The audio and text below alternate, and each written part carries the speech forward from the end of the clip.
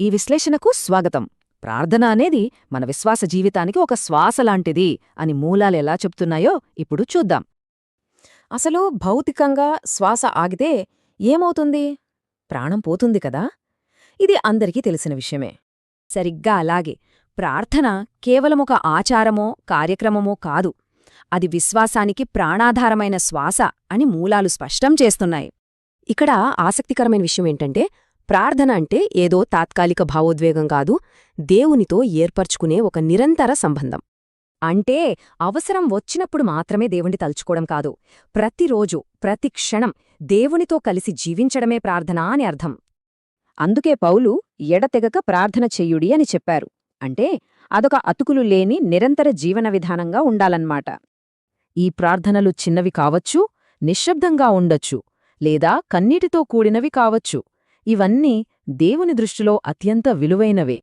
ఇదే అంతర్గతంగా అద్భుతాలు చేస్తుంది. నిరీక్షణను బలపరిచి దేవుని చిత్తానికి హృదయాన్ని వంచి విశ్వాసాన్ని మరింత లోతుగా మారుస్తుంది. ఉత్సాహం లేనప్పుడు కూడా ప్రార్థనను కొనసాగించడం చాలా ముఖ్యం.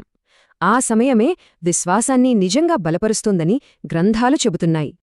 గాలి పీల్చుకోవడం ఎంత సహజమో, ప్రార్థించటం కూడా ఎటువంటి ప్రయత్నం లేకుండానే అంత సహజంగా జరిగిపోయే ప్రక్రియగా మారాలి. కష్టంలో మాత్రమే కాదు, ఆనందం, అలసట లేదా కీలక నిర్ణయాలు తీసుకునే ప్రతి సందర్భంలోనూ ఈ శ్వాస కొనసాగాల్సిందే. సరిగ్గా ఈ ప్రార్థన అనే బిందువు దగ్గరే మానవ బలహీనత దేవుని అపారమైన బలంతో అనుసంధానం అవుతుంది. కాబట్టి ప్రార్థన కేవలం ఒక ఉత్సాహం కాదు, అది ఆత్మీయ ఉనికిని నిలబెట్టే అసలైన జీవమని అర్థమవుతోంది. శ్వాస ఆగితే ప్రాణం పోయినట్లే, ప్రార్థన తగ్గితే ఆత్మీయ జ్వాల ఆరిపోతుంది. మరి ఈ ఆత్మీయ శ్వాస నిరంతరం కొనసాగుతోందా? ఆలోచించండి.